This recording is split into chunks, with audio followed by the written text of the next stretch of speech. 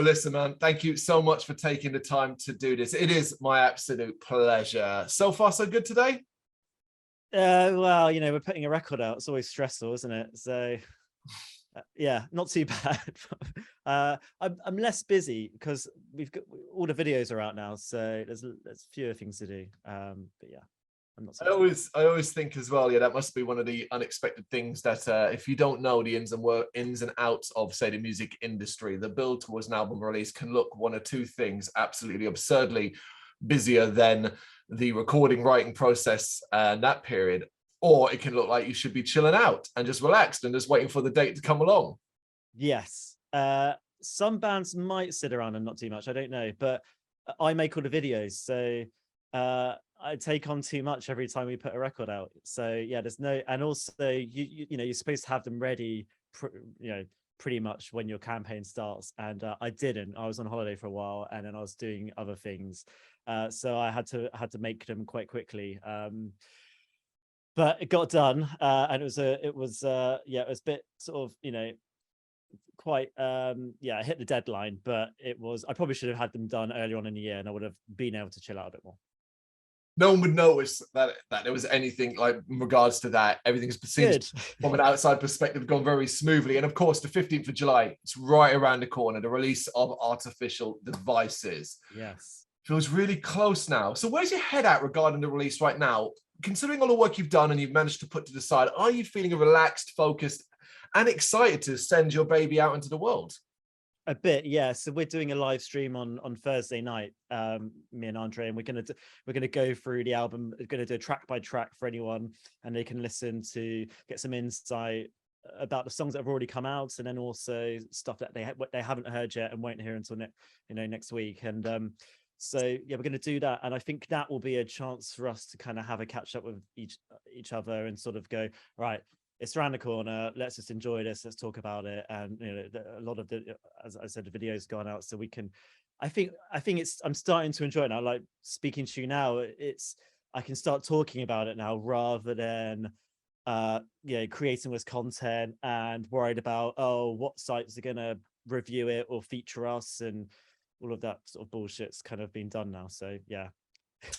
Does that worry you? Does that take up a lot of space in your mind? Yeah, it's really, yeah, side stuff of bad anxiety anyway, and I'm on medication for it, but it's when you're doing stuff, a lot of it is ourselves doing this. We're an independent band, and when you've got, you know, large publications that say they've used up their allocation, for instance, and they're not going to review it, you're like, oh right, okay, so you know, that sucks, you know, because especially on this record, we were doing something. I mean, our last album, the debut, was a bit more, there's a lot more sort of post-metal stuff going on, and it was quite niche. I kind of felt like with this stuff there's a lot more accessible stuff on there, and there's more of a modern sound, and I felt like that would cross over a bit more with more of the sort of popular magazines, and some have taken on it but others haven't. And yeah, it is stressful, and I think some bands might not give a shit about that, but I give a shit about it. Don't you want as many people to listen to it as possible? And I think if there's reviews out there by large publications, then it gets your name out there as well, and that helps grow the fan base. No, I completely understand that. You know, we're not part of the mainstream high press metal side of things, so we do understand as well the importance of that aspect of things. But then obviously, you know, that whole allocation thing is something that I generally can't quite get my head around, aside from magazine and print and stuff like that. How much value do you put into sort of the smaller websites, the smaller webzines and stuff like that have a bit more room and freedom to potentially share a review? I mean, they're the best ones that support us, to be fair. Like, they're the ones that have always been around. They're the ones that put our stuff out first.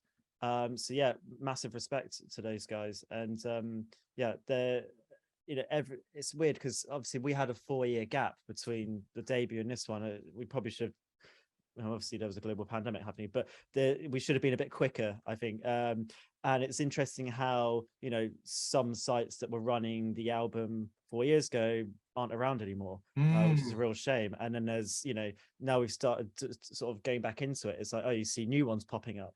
And I assume that will keep on happening. But those are the ones that, you know, everyone does it out of love, right? They're doing it in their spare time, and that's kind of what we're doing with the band. We're doing it for love. We're doing it in our spare time. We've both got careers and full-time jobs, and we do this for love. So yeah, it's a bit of like, you know, we give you content and you create content, and it's a bit of back and forth, and we help each other out, right? That's the idea, right? It is as simple as that. And you guys are doing it out of love. The webzines, smaller ones, doing it out of love. It's a clear connection. It doesn't feel like it sometimes. It is. The intention is there. Not as in us doing it for love, not for the yeah.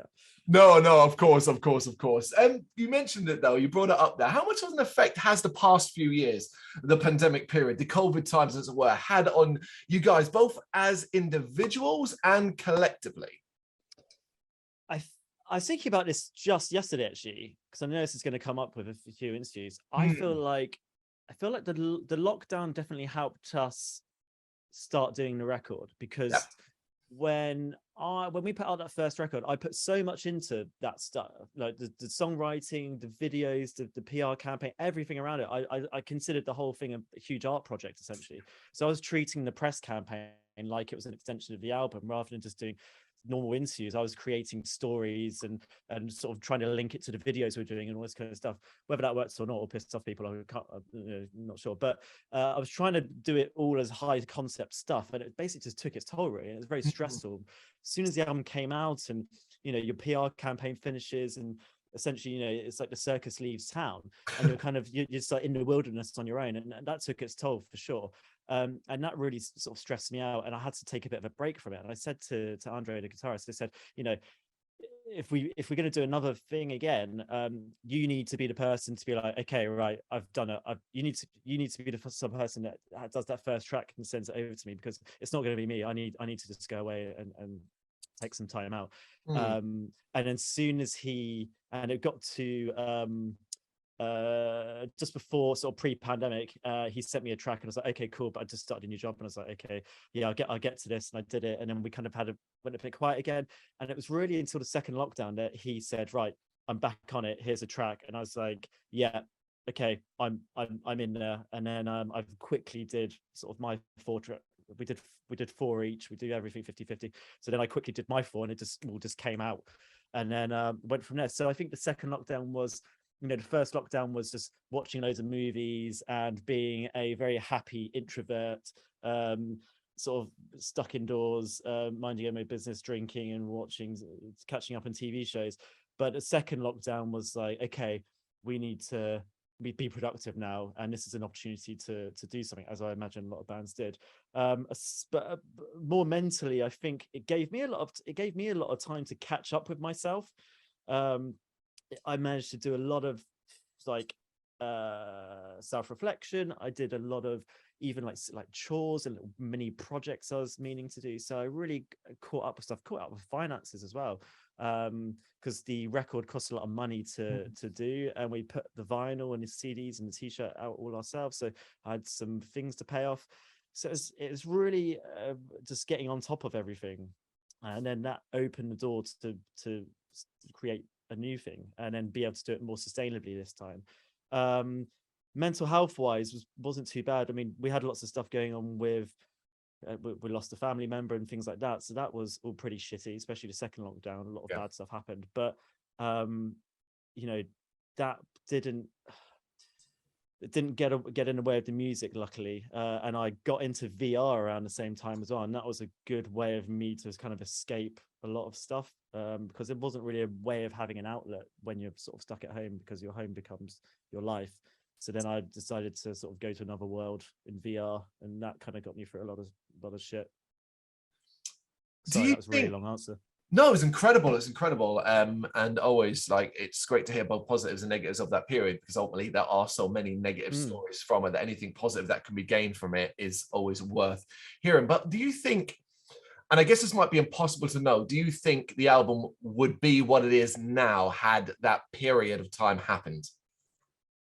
That's a good question. I don't think the sound would be any different, because I think we've locked into a sound pretty much from the EP. Hmm. So I don't think the sound, I did create some, I think probably, no, that's a good one. I think the themes would probably be different. For instance, I turned vegan during lockdown. Pretty much just, I mean, I was vegetarian pre-pandemic, but that first lockdown made me think about sort of the way our relationship with animals. And there's a track on the album called Ruminants, which is about that. So I probably wouldn't have gone vegan, and I probably wouldn't have dictated some of the lyrics, especially in song titles and things like that. So yeah, probably would be different. It is one of those sort of questions. I know when it's asked, it's almost impossible to imagine, because ultimately the situation did occur, and it's been so many years now, it's almost impossible to imagine what it would have been like if it hadn't. Yeah, no, it's a good one. I have to think about this afterwards.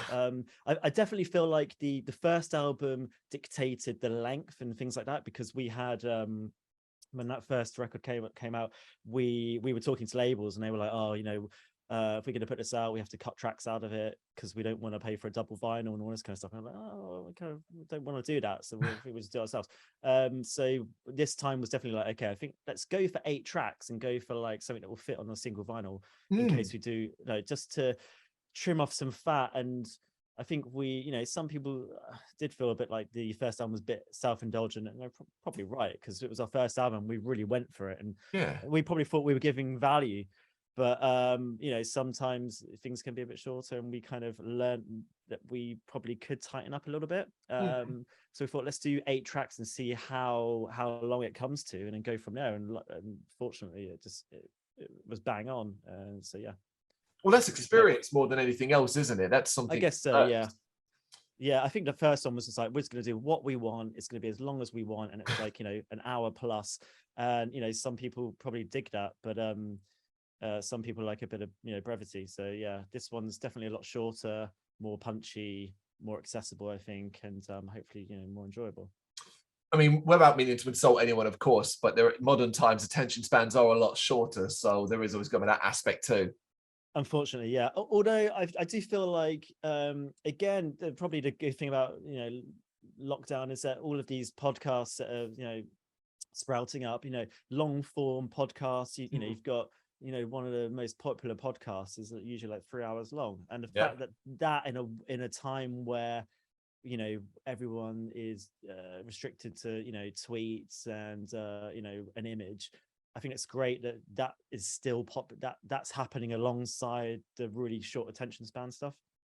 You are absolutely right. I listen to many different variations of things about music, albums, podcasts, and all that, and I've watched them get longer and longer and extend, and still find them quite interesting. What I'd like to ask you then, and sticking with the COVID kind of period, what, if anything, helped you guys as a pairing, as a duo, get through this period that helped you get through it? And do you feel that the version of the band that stands before us in 2022 is stronger for the experience of what's occurred? I think so. I think that it gave us time to decide what we were, or what we are, sorry. Because we had a lot of expectation on ourselves when we first started. And when we first started, we were doing it as the typical, right, we're going to be in a band, there's going to be 5 of us, we're going to play loads of shows, we get onto tours, we get signed, and then we're just keep putting out an album every 3 years, right? Yep. And that has changed. And after that first album experience made us realize that we probably don't want to, we have our careers, we have our houses and our wives and our cats and things, and I don't think we can actually be a proper touring band. So I think it gave us the time to be like, okay, maybe this is something that we do like a hobby. Like if you're into skiing, you have all the gear and you pay to go on skiing holidays every year. And that's kind of similar to what we're doing. We've got the gear, and we go into we use our money to go into a studio, but luckily we can make up a lot of those costs by selling the record. But it gave us a lot of what we are, and what we are is we're not 5 dudes who people sort of come and go, because we both write the music. So we decided we are a duo and we do everything 50-50, and when we play live we will bring our friends in and they can learn the songs and they can come and hang out with us and play some shows. And if not, it's just us two, and it's just two people that can deal with each other, and there's less drama, and there's, you know, we're both very in sync, we're very similar. And I think that's going to be a sustainable way of keeping on doing this, rather than us getting burnt out and quitting out of, you know, frustration. It's what people strive for, right? An acceptance of exactly what you're capable and able to do, and enjoying that aspect. That was another thing as well. You just hit the nail on the head, which was we weren't enjoying it when we put that first album out, and it was like, okay, if I'm going to do this again, it has to be for fun. It has to be enjoying it. We have to not be stressing about getting on a certain tour with a certain band or whatever. Stressing about how many Spotify streams we've got. We're just going to do the music and put it out. People like it, it's fine, but we're having fun doing it. That's all that's all that matters. And the thing is, you've released singles from it and the reaction seems to have been universally positive. Has that kind of helped ease your mind about the release of the album, the fact that people are loving what they're hearing so far? I think so, yeah. I mean, me and Andrew don't really have any arguments, rarely, but we did. He wanted to put that first track out, Total Impasse, and I didn't. I wanted to put the one that we put out second. I wanted to put out first, and that was, I really like, because it's a straight up metal track. It's kind of us letting our hair down, and to me, it was too like, oh, this is too straight up.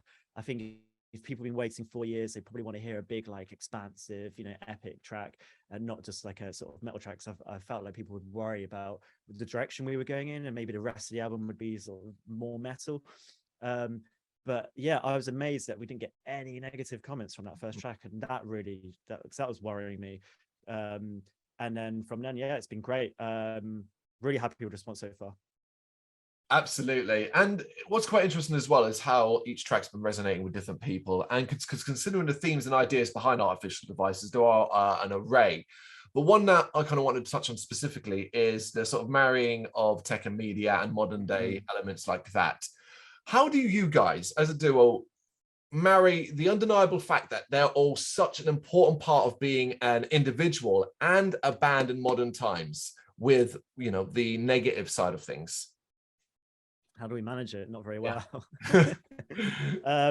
It's the constant struggle, to be fair. I did bands when I was in a band when I was at 18 with like school friends, and I went away for quite a while. So I was doing that around 2003, 4, 5, 6. And I missed that early noughties period. I feel like I'm doing this at the wrong period of time, because, you know, I'm pushing to, I'm almost 40 in a couple of years. So we started doing this as like a bit of an early midlife crisis for me. And I wished I was doing this in that period, because I don't like, I feel like a lot of stuff that's happening at the moment, I don't really agree with it. I don't think there's all these trends for doing certain things, and everyone thinks it's the right thing to do because it's the popular thing to do, but it changes so quickly, and I know it changes so quickly. So I'm always reluctant to really, you know, I play the game, but we all have to, but I know that it's just going to change, and it's not a certain way of, it's not like, it's not very clear. It's like, there will be another platform, you know, that will come up, that will replace, you know, something else, and the rules will change again. And I just don't like this idea of like, oh, we're doing it, we're going to keep doing this until it changes. I'd rather just do something that I feel like kind of works in the past. So for instance, I'll give you an example. So like a film teaser, like, you know, like a teaser trailer for a film, you know, that stuff's been going on for decades. And I think that works. I think that should work with a band's album, stuff like that. But when someone says, oh, you have to be on Instagram every day, sort of holding the camera and saying, hey guys, blah, blah, blah, you know, that's when everyone starts doing that, then you would think that the audience would feel like it's a bit of bullshit, and then they're doing it for the sake of it. And like, does that just become less genuine? And I'm always having this battle in my head of, you know, are you keeping people up to date, or do they know what you're up to? And that's probably the cynic in me, but do you know what I mean? It's like I feel uncomfortable doing it.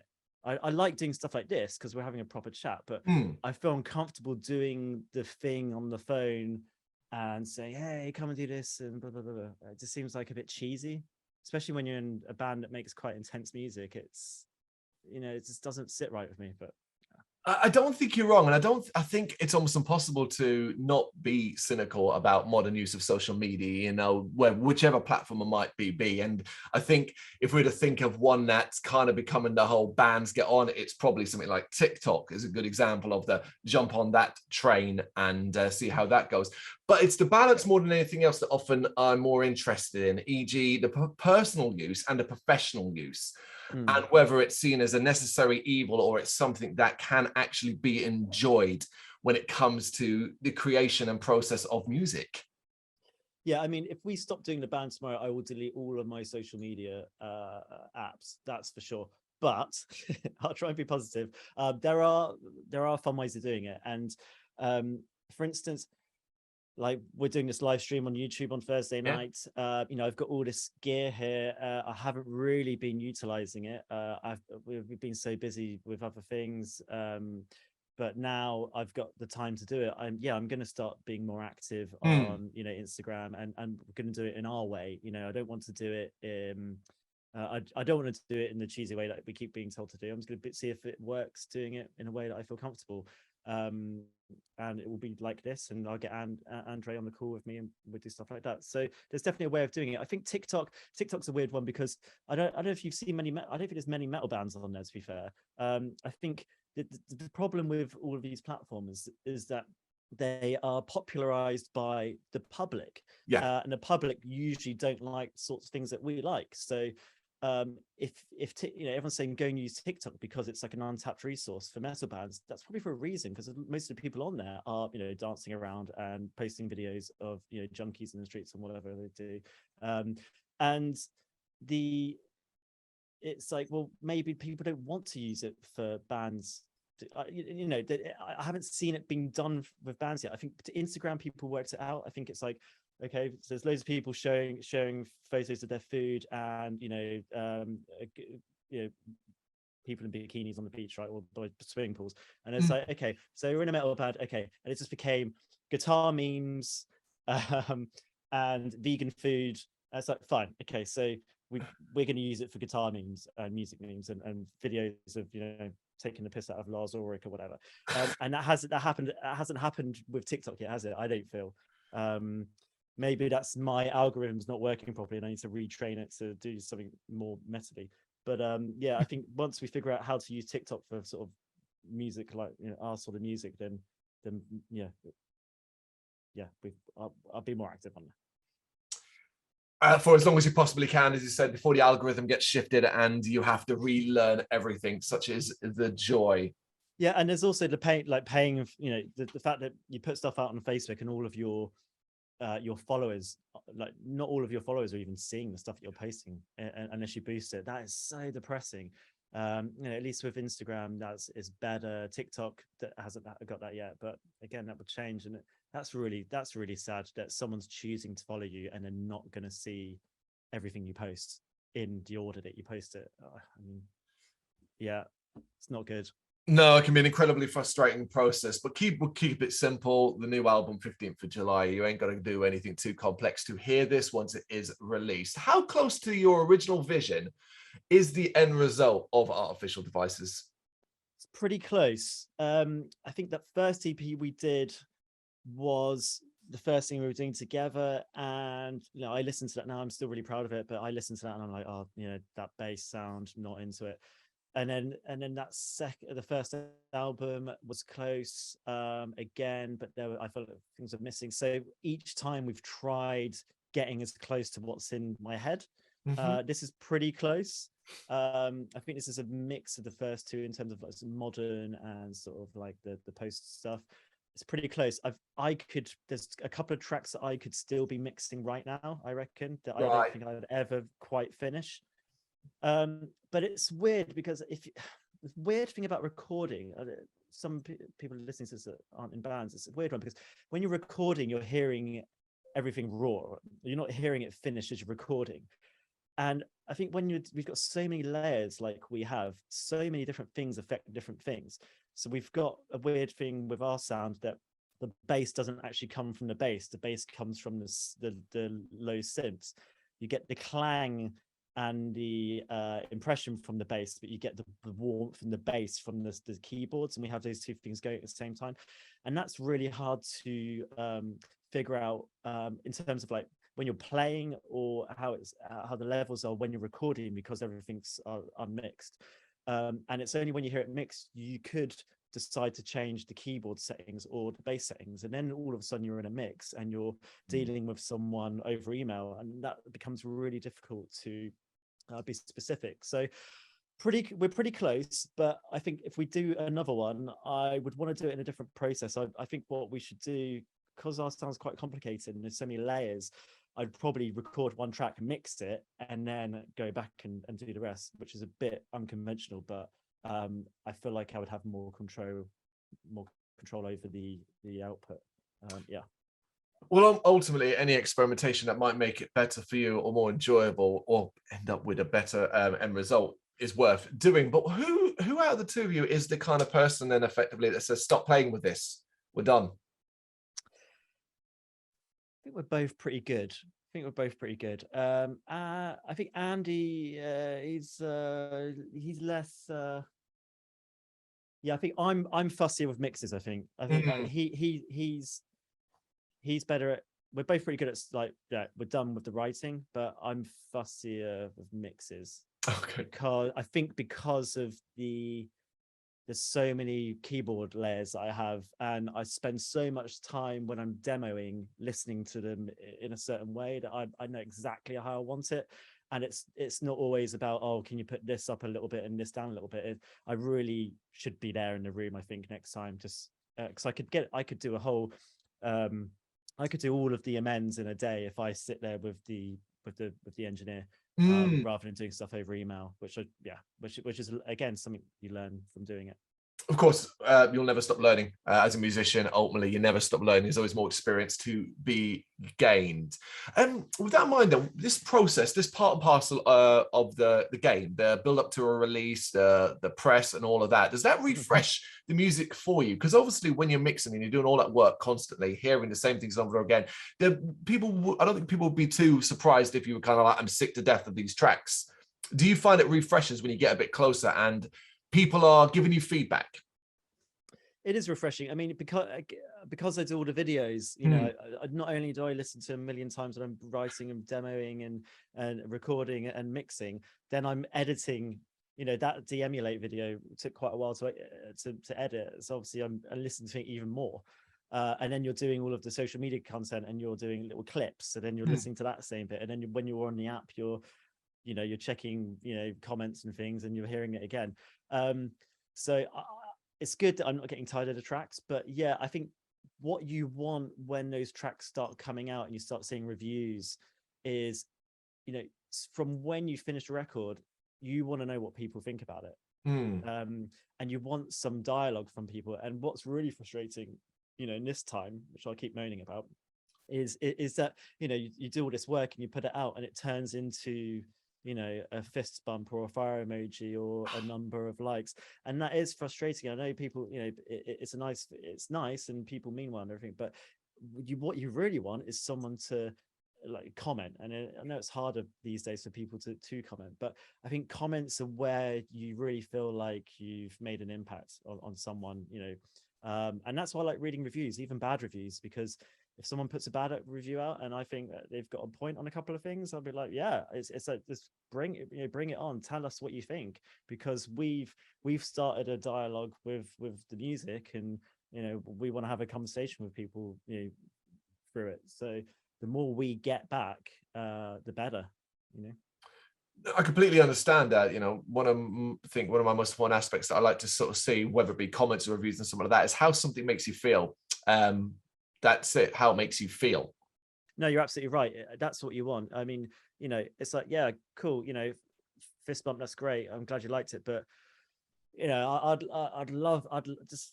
want more, and if you didn't like it, like, why not? If you're gonna like do a downvote on YouTube, like, why? Like, bring it. I Yeah, want to yeah, hear. I absolutely. want to hear. Yeah. The video side of things, then, do you find that as quite a strong creative outlet for you? Because what you've been doing has been notably very creative. Thank you. Yeah, well, that's my day job. So uh, I work in sort of advertising, and I have done for like 10 years. So that's a chance for me to do stuff that is less, dry and more creative. That's pretty much how the band started. Was I was in a job at the time, and I felt like I wasn't being creative enough. So I started doing the band, and then obviously being able to do the music videos as well is a good way of doing the in between. And it was a weird one, because that first album, I thought, oh well, I do this during, this is my day job, so I should use my skills to do like really expensive looking videos for cheaper than we would have a production company charge. Mm. Um, but this time around, but then I realized it's just no point spending loads of money on a music video. You're going to get the same amount of views as if you do it for £200. So now I'm thinking, with this album, it was like, I'll use my skills to do something that looks cool, that does cost no money at all. Yeah. And again, thinking about a sustainable way of keeping the band going. And yeah, I love it. Yeah. We shot that in a studio. Remember the Big Breakfast on Channel 4 in the 90s? Yeah. Right next to the house, the original Big Breakfast house. Yeah. So we in Hackney. So yeah, we shot that in there. And I think that was, I chose that studio for that reason as well, because a lot of we're going back to lockdown again. It made to get through it. I didn't answer this properly earlier on, but I'm thinking about it now. I'm in this room surrounded by loads of things that I love from when I was a kid, and it's like a 90s room, and going back to the stuff that I loved when I was a kid sort of definitely helped me with the album as well. I was like playing loads of video games, and video game music inspired me for the album. There's lots of sounds like that on there. And so even with like hiring the studio for the music video, linking me back to sort of my childhood, and so that creates a new memory, that came into the process as well. Right, you've just said something there that my ears perked up on, and I want to kind of ask a question about that. You just said video game soundtracks have had some inspiration or meant much inspiration for this, and that's a fascinating subject for me. I often think video game soundtracks are underrated and often not given the props they deserve. So tell us a little bit about that. Is there a specific style that you like? Is it based off a specific game? And is that a consistent thing throughout your entire life? I think the first video game music that I remember being really fond of was the Batman film, the Tim Burton original, on the Amiga. Which is awesome. It's really cool. I'd actually love to do some kind of, I imagine Kanye West being able to like sample that track and doing a cool track out of it. But yeah, that was like quite an early one that I remember as being really cool. I'm a big fan of the GoldenEye 64 soundtrack. I think that was, I had I still play, I've got an old CRT TV over here in the corner that I still play N64 on. There was those like games in like the mid-90s, things like Time Crisis. We had a lot of themes that were starting to sound like film theme tunes. So that one was very similar to sort of Mark Mancia sort of Bad Boys soundtrack, or Speed theme tune. So things like that, really. Yeah, there was lots of tinkering around with sounds from games that are hidden in the album somewhere. Yeah, that's fascinating. It's going to be something that people dig out and understand, particularly if you are a fan and you recognize certain elements. Because ultimately, video game soundtracks, you just said yourself, have developed so much, from the chip tunes that you were getting in the 80s and the 90s to these massive film-like scores, orchestral giants that we get these days. Yeah, the RoboCop 3 on the Game Boy, that chip tune, that was a great chip tune track. Yeah, there's yes, yeah. Oh, they're all the way over there, but I've got a pile of video game soundtracks on vinyls all the way over there. That's so it's like one of my favorite things is that that side of things as well. Do you listen to Burial? It's like a DJ, well, not DJ, but, like a producer. It's kind of, he does a lot of sort of urban, sort of almost garagey sort of stuff, but he samples loads of video game soundtracks, especially from the 90s. Oh, I'll have to check it out then. Yeah, it's very cool. And the way he makes his music as well. All of his drum loops are done within something like Audacity or something. So basically, he basically just edits the waveform. So he's not using bars. He's not using grids. He's basically just like he's like a painter, so he's like cutting it. If he cuts something, he can't undo it, so he just keeps going, so it's always a little bit out of time. Yeah, and he will like take the Metal Gear Solid tune, and it will be in the background, and he'll put loads of other stuff, and he'll like take a Michael Jackson like a line, and he'll like pitch it up and make it sound completely different. And yeah, it's very, very interesting. So I was listening to some of his stuff through lockdown, and that kind of gave me some ideas to throw in some sort of stuff from video games, mess around and mess stuff up so it's like unrecognizable, and sort of things from films as well that, you know, I kind of miss that kind of stuff in the 90s, like Ministry, when they would have like stuff from films in tracks, and messing around with effects and creating new effects from it. So quite into that. And that, again, that reminded me of the 90s. Yeah, kind of helped me sort of do more stuff. It's fascinating to hear, and the amount of creativity you have in your brain really, really is astonishing, which then I guess begs the question, album's July 15th. What does the rest of 2022 potentially look like for the Ever Living? Now, I realize there's going to be stuff you can't, of course, talk about, but do you have a lot in the work, basically? We are going to try, and yeah, so I'm going to spend the winter, hopefully, doing an EP, writing an EP. I've got an idea for something, and I want to keep this going, because we're away for 4 years, and I don't want people to wait another 4 years. So ideally, work on something during the cold winter, and then have something out by the end of next year. We want to, obviously, most of the festivals have already come and gone this year, and there's obviously a huge backlog from all the cancelled ones as well. So ideally we would be doing some festivals next year. I'd really love to do that. We'll probably do an end of year show in London, like we normally do when we put something out. But yeah, no firm plans. We were gonna kind of write this one off, just because we didn't know how long this stuff was, the pandemic stuff was going to go on for. So originally at the beginning of the year, I just thought, well, we'll probably just put it out and just do another album. Now things seem to be going back to normal.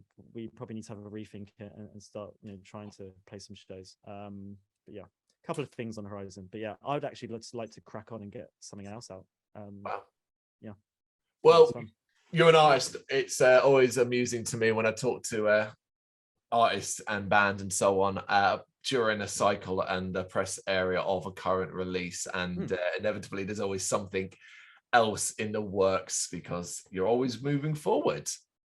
Exactly. Yeah, we need to. It's very easy to get complacent, I think, especially when you're doing everything yourself. And I think if we get a date in, I think we're looking at who we're going to record with and stuff like that, and they're usually quite booked up. So we need to get something in, gives us a deadline, and then it gives me something to look forward to during the winter. That's cool.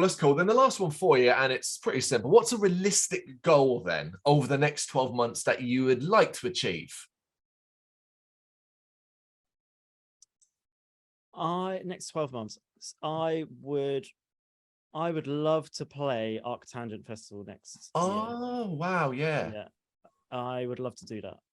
And I would like to do a UK tour, whether it's something that we do as like a small tour headlining, or whether we're supporting, don't mind. But I do want to get back out there.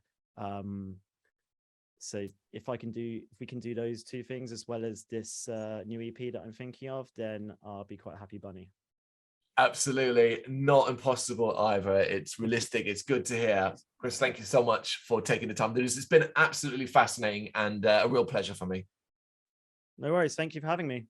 Thank you very much for watching. You can check us out on gbhbl.com, as well as on Facebook, Instagram, Twitter and Tumblr. Go to Patreon to help us out over there. That's patreon.com/gbhbl, as well as Big Cartel, where you can find some of our merchandise.